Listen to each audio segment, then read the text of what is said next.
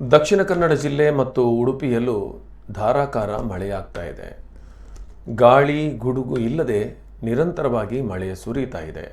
ಕಳೆದ ಕೆಲವು ದಿನಗಳಿಂದ ದಕ್ಷಿಣ ಕನ್ನಡ ಜಿಲ್ಲೆಯ ಪುತ್ತೂರು, ಸುಳ್ಯ ಭಾಗಗಳಲ್ಲಿ ಮೇಘಸ್ಫೋಟ ಸಂಭವಿಸಿ ಅನೇಕ ಅನಾಹುತಗಳು ಸಂಭವಿಸಿದ್ದವು.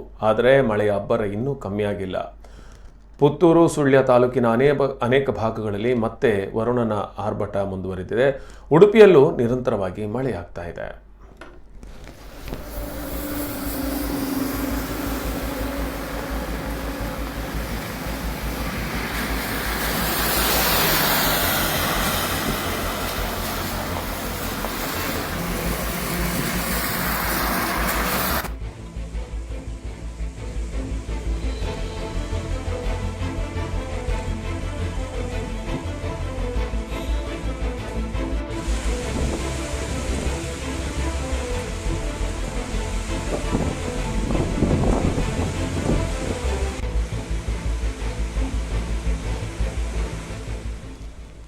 ಮಂಗಳೂರು ನಗರದಲ್ಲೂ ಕೂಡ ನಿರಂತರವಾಗಿ ಮಳೆಯಾಗ್ತಾ ಇದೆ. ನಾವೀಗ ದೃಶ್ಯಗಳಲ್ಲಿ ನೋಡ್ತಿರುವಂತೆ ಮಂಗಳೂರಿನ ಅನೇಕ ಭಾಗಗಳಲ್ಲಿ ತಗ್ಗು ಪ್ರದೇಶಗಳು ಜಲಾವೃತಗೊಂಡಿವೆ. ಅದೇ ರೀತಿಯಾಗಿ ಕಳೆದ ಕೆಲವು ದಿನಗಳಿಂದ ಸುರಿದ ಮಳೆಗೆ ತಗ್ಗು ಪ್ರದೇಶಗಳಲ್ಲಿ ಜಲಾವೃತಗೊಂಡಿತ್ತು. ಆದರೆ ಇದೀಗ ಮತ್ತೆ ಧಾರಾಕಾರವಾಗಿ ಮಳೆ ಸುರಿತಾ ಇದೆ. ಬೆಳಗಿನಿಂದ ಒಂದೇ ರೀತಿಯಾಗಿ ಮಳೆ ಸುರಿತಾ ಇದೆ.